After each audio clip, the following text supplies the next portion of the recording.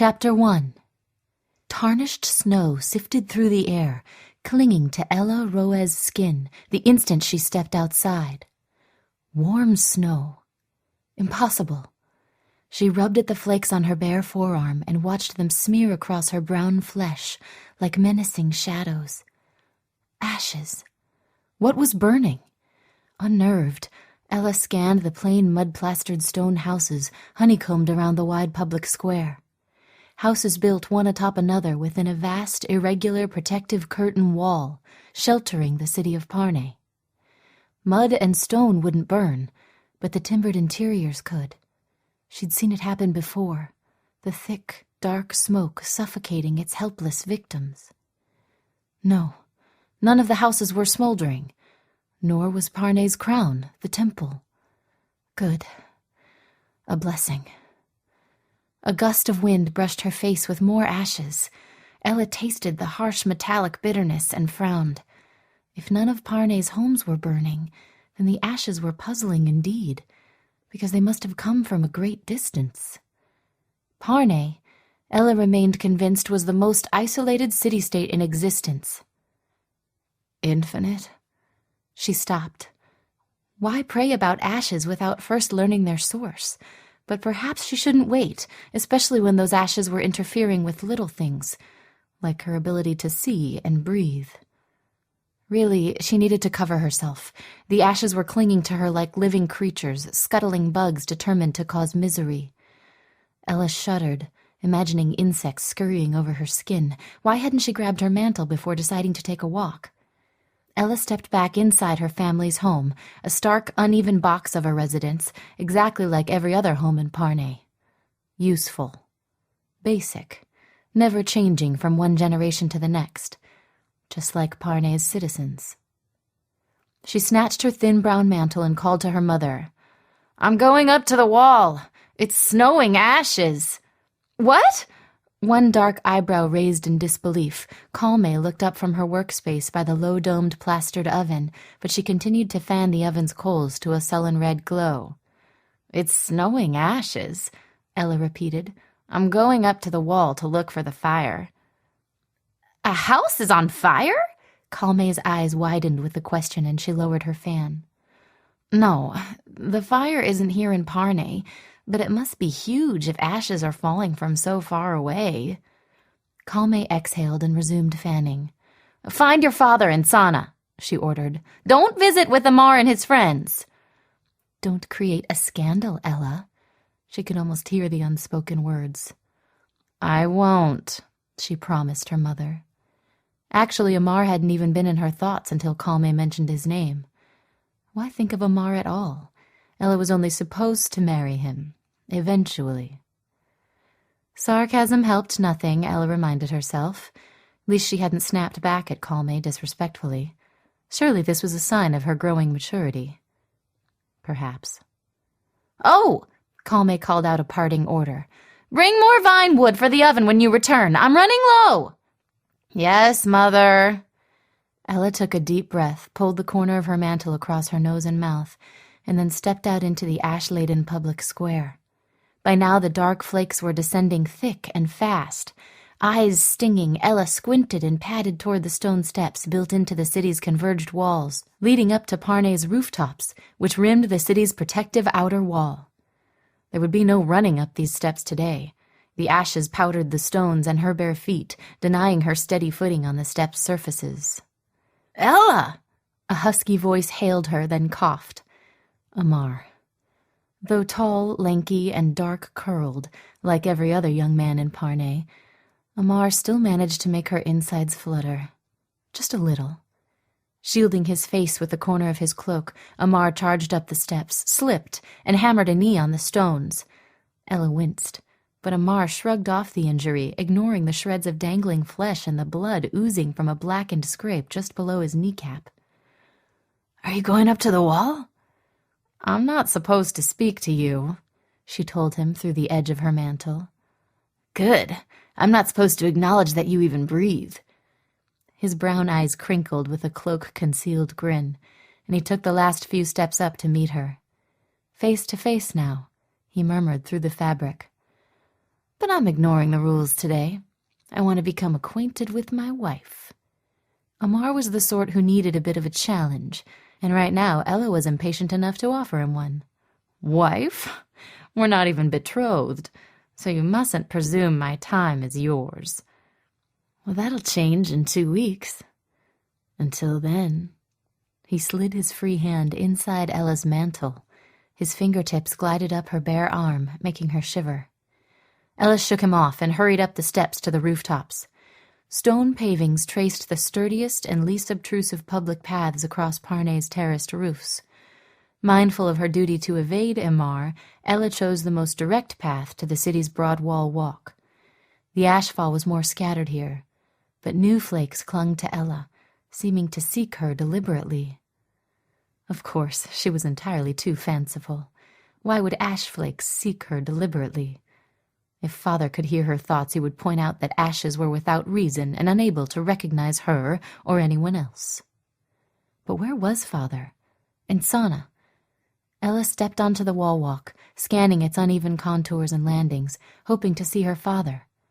There, beside the Northern Lookout's shelter, a slender stone cupola wide enough for only one man, the lookout, who was sensibly sheltered inside. "Father!"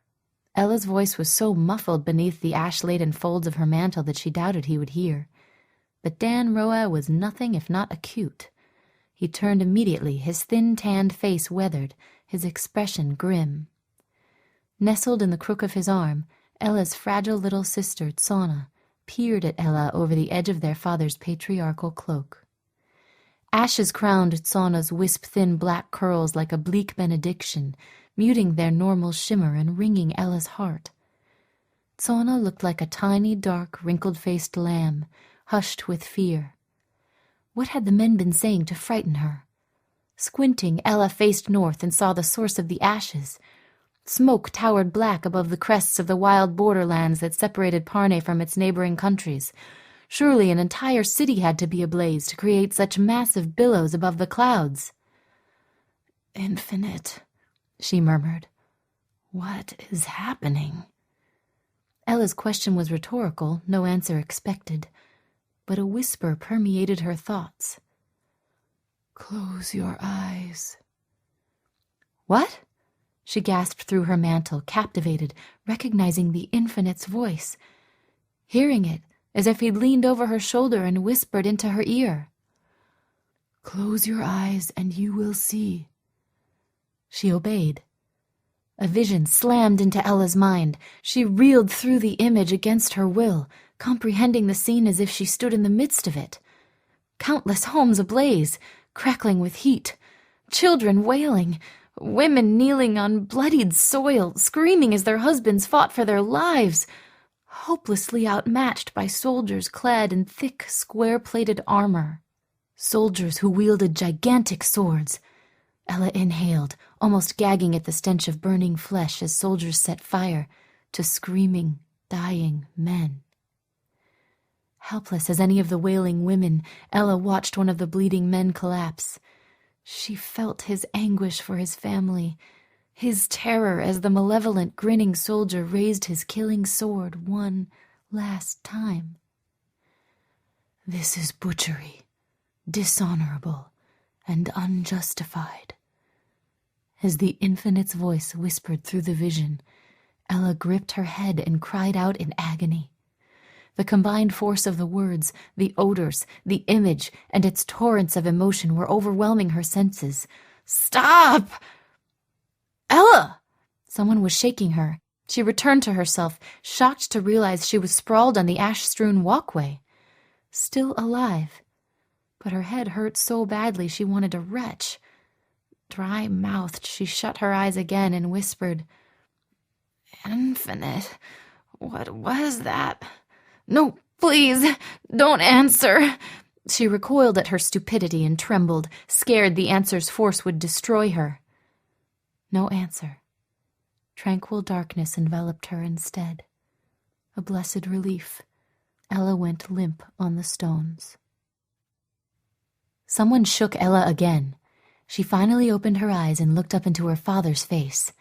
Dan Roeh was staring at her open-mouthed, his expression a mix of fear and outrage. "What is wrong with you?" he demanded. "Get up!" "Yes, sir." He was yelling at her because she had collapsed? Could she stand? Ela hardly knew, and by the look on her father's face she could only presume she'd gone mad, or at least she must seem mad. She couldn't be mad because the vision, the voice, and the emotions had been horribly real. So agonizing that she didn't want to experience them again. Please, no. Her father hesitated, then blurted the question Ela wished he'd asked first. "Are you well?" "Yes." Now that the voice, the storm of emotions, and the vision had ceased, yes. She was only dazed and alarmingly queasy. "Sorry, I don't quite know what happened." It was the truth, and she was afraid to petition the infinite for details. Grit scraped between her teeth as she spoke. She longed to spit. She needed a drink of water. "Ela, are you listening to me? Take your sister home." Ela pushed herself to her knees, eye to eye with Tsana, who now stood on the walkway, her small face puckered with old woman concern. "Want me to help you up?" Tsana squeaked, offering a tiny arthritic hand. "Thank you," Ela mumbled, giving her little sister 2 fingers to hold, then dragging herself to her feet on her own wavering strength. She dared to look at her father again. He turned away. Amar, however, was staring at her oddly. Ela gave him an embarrassed half-smile, then headed for the roof paths with Tsana skittering ahead of her, showing unusual liveliness. "Tsana, slow down. You'll slip in the ashes and break a bone." "I won't," Tsana called back over her shoulder, not arguing but stating something she clearly regarded to be a fact.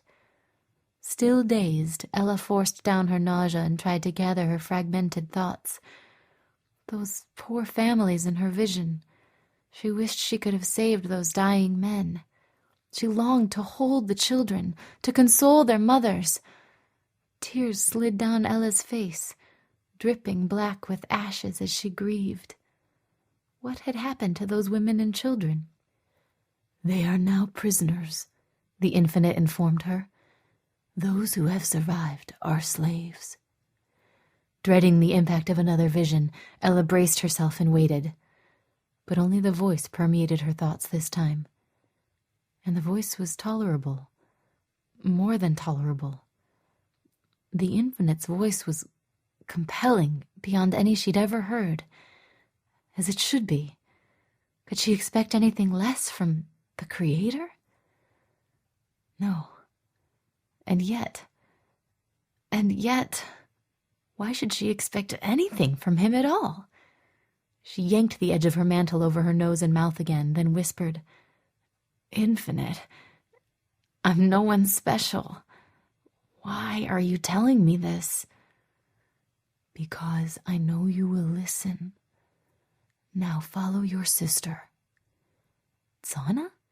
Ela looked around, suddenly realizing she had stopped halfway down the stone steps. How had that happened? She didn't even remember leaving the terraces. "Tsana!" The ashes were thinning now, but Ela still had to squint to see. Her eyes felt so raw. Tsana was already at the base of the steps, poised in the open public square like a tiny dark-feathered bird. A listening bird. "Tsana!" Tsana fluttered a hand at her, but instead of waiting for Ela, she crossed a corner of the public square and stopped before an ancient stone house. A tomb house.